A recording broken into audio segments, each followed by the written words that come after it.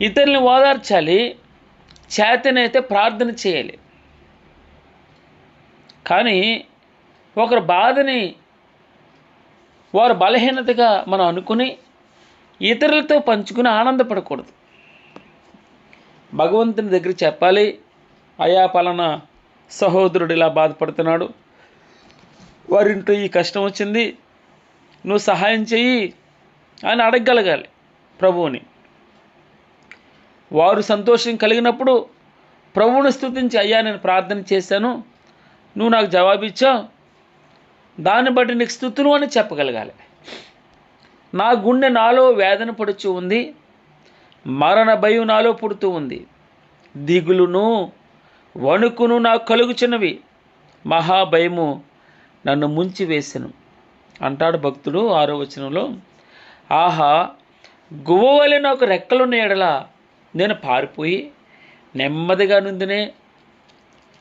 ఈ బాధ నుంచి, ఈ ఇబ్బంది నుంచి, ఈ అనారోగ్యం నుంచి, ఈ అప్పుల బాధ నుంచి నేను ఎగిరిపోయేవాడిని, నెమ్మదిగా ఉండేవాడిని. ఆహా, గువ్వవలె నాకు రెక్కలై ఉన్న ఎడల నేను ఎగిరిపోయి నెమ్మదిగా నుందినే.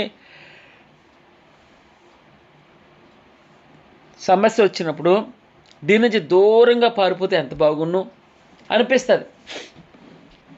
అయితే 7వ వచనంలో త్వరపడి దూరంగా పారిపోయి పెనుగాలిని సుడిగాలిని తప్పించుకొని అరణ్యంలో నివసించిందనే అనుకుంటుని. ఈ బాధ భరించలేనంతగా ఉంది ప్రభా, తట్టుకోలేకపోతున్నాను, నా గుండె నాలో వేదన పడుతుంది, మరణ భయం నాలో పుడుతుంది, ఎప్పుడు చచ్చిపోతానో అర్థం కావట్లేదు.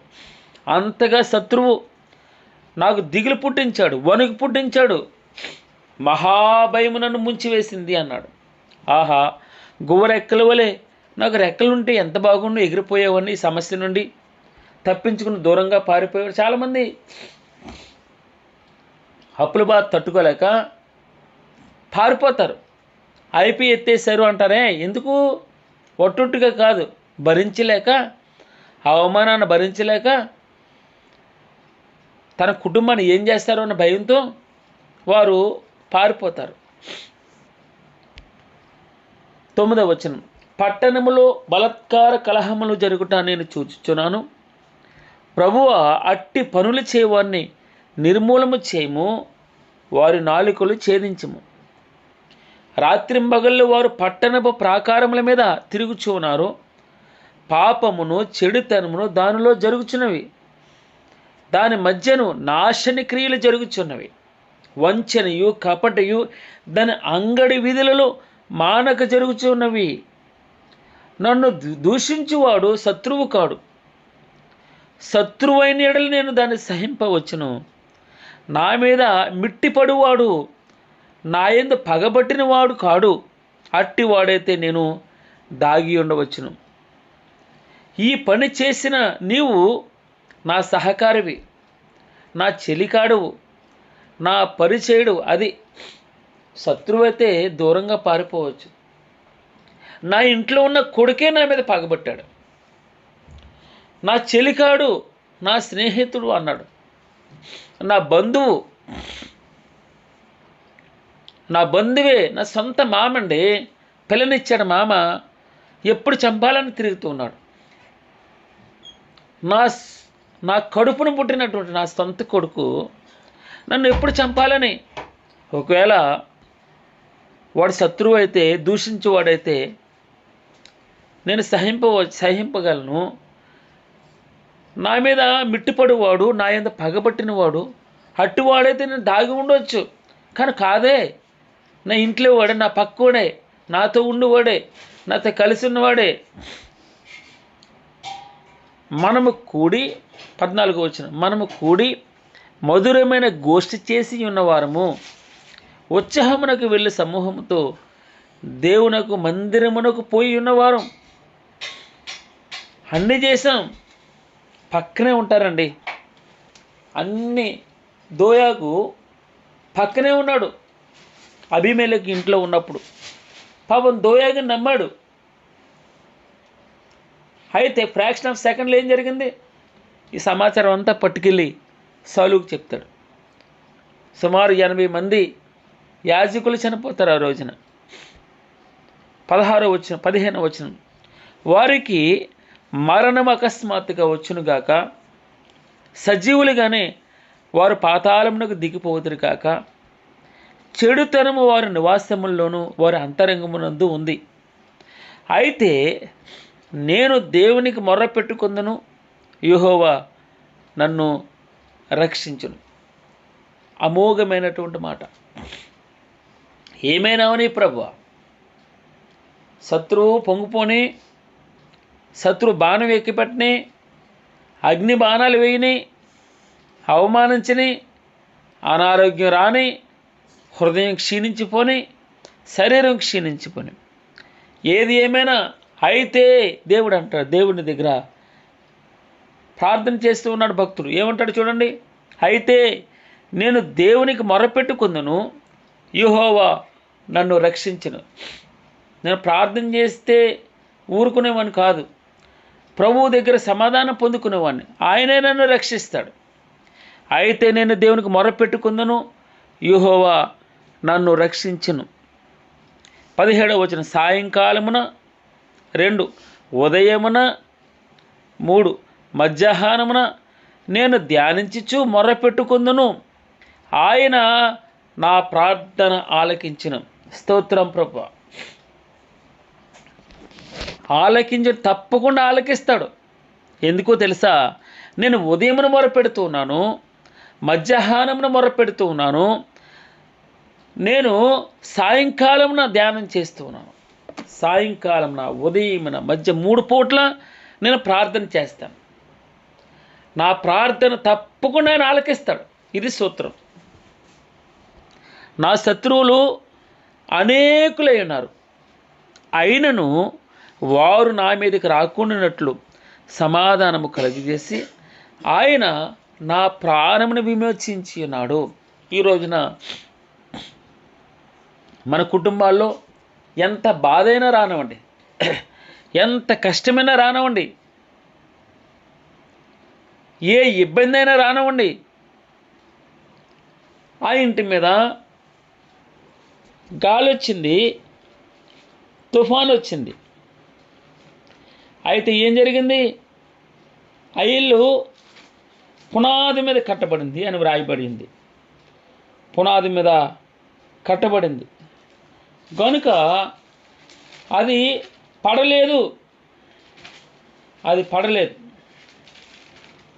కదమ్మా. కాబట్టి ఈయన మాటలు విని వాటి చెప్పున చేయి ప్రతివాడు బండ మీద తన ఇల్లు కట్టుకున్న బుద్ధివంతుని పోలియుండును. వాన కురిసింది, వరదలు వచ్చాయి, గాలి విసిరి ఆ ఇంటి మీద కొట్టింది, కానీ దాని పునాది బండ మీద వేయబడింది. కనుక ఏ సమస్య అయినా రానివ్వండి. నా శత్రువులు 18వ వచనంలో నా శత్రువులు అనేకులై ఉన్నారు, అయినను వారు నా మీదకి రాకుండాన్నట్లు సమాధానము కలుగజేసి మంచి నిద్రనిస్తావు. ఆయన నా ప్రాణమును విమోచిస్తాడు. విమోచించి ఉన్నాడు అంటే ఏంటి?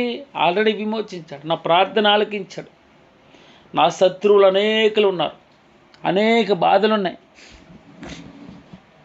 ఒక బాధ కాదండి, అనేక సమస్యలు. ఒకటి వస్తే ఒకదాని వెనకాల ఇంకొకటి వస్తుంది. అయినా కూడా ఆయన నా ప్రాణమును విమోచించి ఉన్నాడు. 19వ వచనంలో పురాతనము మొదలుకొని ఆసీనుడకు దేవుడు మారు మనసు లేని వారై తనకు భయపడని వారికి ఉత్తరమిచ్చును. చూడండి, విచిత్రంగా ఉంది కదా మాటమ్మ. మారు మనసు పొందిన వాళ్ళకి, ఆయనకి భయపడే వాళ్ళకి ఉత్తరం ఇచ్చాడంటే ఒక అందంగా ఉండేది. కానీ ఇక్కడ ఏమైనా వ్రాయబడి ఉంది? పురాతన కాలం మొదలుకొని ఆసీనుడొక దేవుడు మారు మనస్సు లేని వారై తనకు భయపడని వారికి ఉత్తరమిచ్చును అని వ్రాయబడి ఉంది. తమతో సమాధానముగా నున్న వారికి వారు బలాత్కారము చేయుదురు, తాము చేసిన నిబంధన అతిక్రమింతురు. ఈ మాట నాకు ఎలాగ అర్థమవుతుందంటే, చూడండి, పురాతనము మొదలుకొని ఆసీనుడకు దేవుడు మారు మనసు లేని వారై తనకు భయపడిన వారికి ఉత్తరమిచ్చును. ఎలా ఉత్తరమిస్తావో, ఏ విధంగా ఆయన ప్రార్థనకి. అందుకే మనం ఇంకా పాపములో ఉండగానే, మనం ఇంకా బలహీనంగా ఉండగానే, మనం ఇంకా శత్రువులుగా ఉండగానే ఆయన భక్తిహీనుల కొరకు యుక్త కాలమున చనిపోయేను అని వ్రాయబడి ఉంది. లూకాసు వార్త 6వ అధ్యాయం 30వ వచనంలో ఉంటుంది, ఇదిగో శత్రువుల ఎడలను, 2 కృతజ్ఞత లేని వారి ఎడలను, 1 దుష్టుల ఎడలను, కృతజ్ఞత లేని వారి ఎడలను ఆయన ఉపకారి అయి ఉన్నాడట. ఎవరికి ఉపకారం చేస్తున్నాడమ్మా? దుష్టులకు ఉపకారం చేస్తున్నాడు. 2 కృతజ్ఞత లేని వారికి ఉపకారం చేస్తూ ఉన్నాడు. ఇదేంటి అనుకుంటాం మనం. ఎవడైనా మంచివాని కొరకు ఒకడు చనిపోవడం అరుదు. ఇదేంటి, ఈయన శత్రువుకు ఉపకారం చేస్తున్నాడు, ఏమని ప్రార్థన చేస్తున్నాడు? పేతురు, నీ కత్తిని ఒరలో పెట్టు. ఒకవేళ నేను వేడుకుంటే 12 సేనావ్యూహములు సైన్యాన్ని నా తండ్రి పంపించడా? 12 సేనావ్యూహములు అనగా ఒక్కొక్క సేనావ్యూహము 6,000 అండి. 6 × 12. ఒకసారి తండ్రి అని వేడుకుంటే 72,000 మంది సైన్యాన్ని పంపించడు. ఒక్కొక్క సైనికుడు 185,000 మందిని చంపినట్టుగా మనం చూస్తామే యెషయా గ్రంథం 38వ అధ్యాయంలో. అనగా 72,000 మంది సైన్యం ఇంటూ 185,000 మందిని మనం వేసుకుంటే ఎంతమంది కోట్ల మంది కదండి. అయితే దేవుడు అన్నాడు, ఈ రోజున తండ్రి, వీరేమి చేయుచున్నారో వీరెరుగరు కనుక వీరిని క్షమించుము అన్నాడు. అంటే ఆయనకు మొరపెట్టేటటువంటి వారికి తప్పకుండా అడుగుడి మీకు ఇయ్యబడును, తట్టుడి మీకు తీయబడును, అడుగు ప్రతి వాడికి పొందుకుంటాడట. ఎవరిని త్రోసివేయడన ఎంత ఘోర పాపి అని ఆయన దగ్గరికి వచ్చి, ప్రభువా నన్ను క్షమించు అంటే చాలండి, ఆయన క్షమించే దేవుడు. వారి నోటి మాటలు వెన్నవలే మృదువుగా ఉన్నవి, అయితే వారి హృదయంలో కలహం ఉన్నది. వారి మాటలు చమురి కంటే నునిపైనవి, అయితే అవి వరదీసిన కత్తులే. కొంత మాటలు ఎంత మృదువుగా ఉండి చంపేస్తారో మనిషిని. వారు మాట్లాడుతూ వారు కోడి మీద, కుక్కల మీద వంకలు పెడతారు, తెలుసండి. గిన్నెల మీద వంకలు పెడతారు, వస్తువుల మీద వంకలు పెట్టి వారి మనసులో ఉన్న బాధ కాదు, కోపం, ఆక్రోశం, ఈర్ష్య, ద్వేషాలన్నీ బయటికి కక్కేస్తారు. వారి నోటి మాటలు వెన్నవలే మృదువుగా ఉన్నవి. మృదువుగా ఉన్న చాలా అందంగా మాట్లాడుతున్నారు మనతోటి, చాలా సంతోషంగా ఉంటున్నారు. అయితే వారు హృదయంలో కలహం ఉన్నది, మన మీద కక్ష ఉంది, మన మీద కోపం ఉంది. వారి మాటలు చమురు కంటే నూనెపోయినవి, అవి వరదీసిన కత్తులు ఎప్పుడైనా కట్ చేసేయచ్చు మనల్ని. నీ భారము యెహోవా మీద మోపము, ఆయనే నిన్ను ఆదుకొను. నా శత్రువులు ఎక్కువైపోయారు, బహుశత్రుత్వం ఉంది. నా శత్రువులు అనేకులై ఉన్నారు, అయినను వారు నా మీదకి రాకుండానట్లు సమాధానము కలుగజేసి ఆయన నా ప్రాణమును విమోచించున్నాడని వ్రాయబడింది.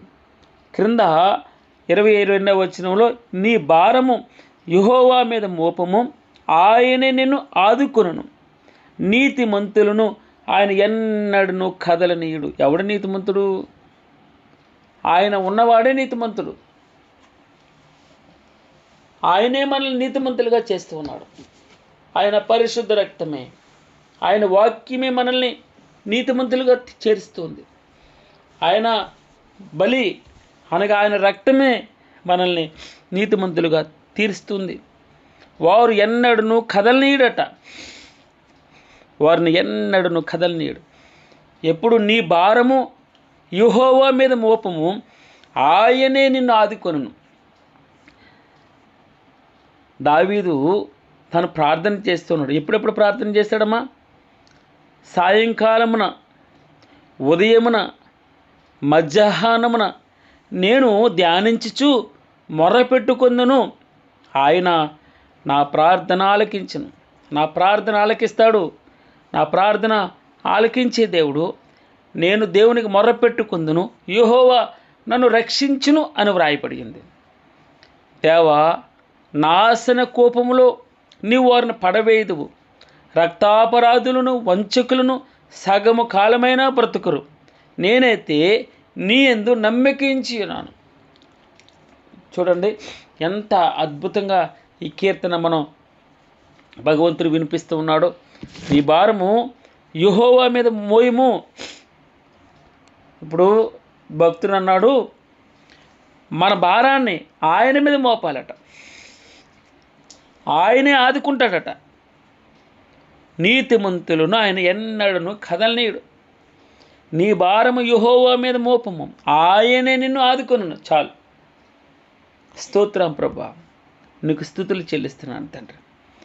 దేవా, నా చెవి ఎగ్గి నా ప్రార్థన ఆలకింపుము. నా విన్నపమునకు విముఖుడవై ఉండొద్దు. నా మనవి ఆలకించి నాకు ఉత్తరమిమ్ము అని ప్రార్థన మొదలుపెట్టి చివరికి ఏం చెప్పాడమ్మా? నేనైతే నీ యందు నమ్మిక ఉంచి ఉన్నాను. యెహోవా భారము యెహోవా మీద మోపము, ఆయనే నిన్ను ఆదుకొనును. ఆయనే నిన్ను ఆదుకొనును. నా శత్రువులు అనేకులై ఉన్నారు, అయినను వారు నా మీదకి రాకుండాన్నట్లు బాధలు అనేకమైనవి ఉన్నాయి. ఒక బాధ కాదండి, ఎన్నని చెప్పుకుంటాం, ఎన్నని వింటారు బంధువులు, ఎన్నని వింటారు స్నేహితులు. వీళ్ళకి రోజు సమస్యలే అంటారు. కానీ ఈ రోజున భగవంతుని నీతో నాతో మాట్లాడుతున్నాడు. సాయంకాలమున, ఉదయమున, మధ్యాహ్నమున నేను ధ్యానించుచు మొర పెట్టుకుంటాను. ఆయన నా ప్రార్థన ఆలకిస్తాడు. నేను దేవునికి మొరపెట్టుకుంటాను, యెహోవా నన్ను రక్షించును అని వ్రాయబడింది. చాలు ప్రభువా, నీకు స్తోత్రం. నేనైతే నీ యందు నమ్మిక ఉంచి ఉన్నాను.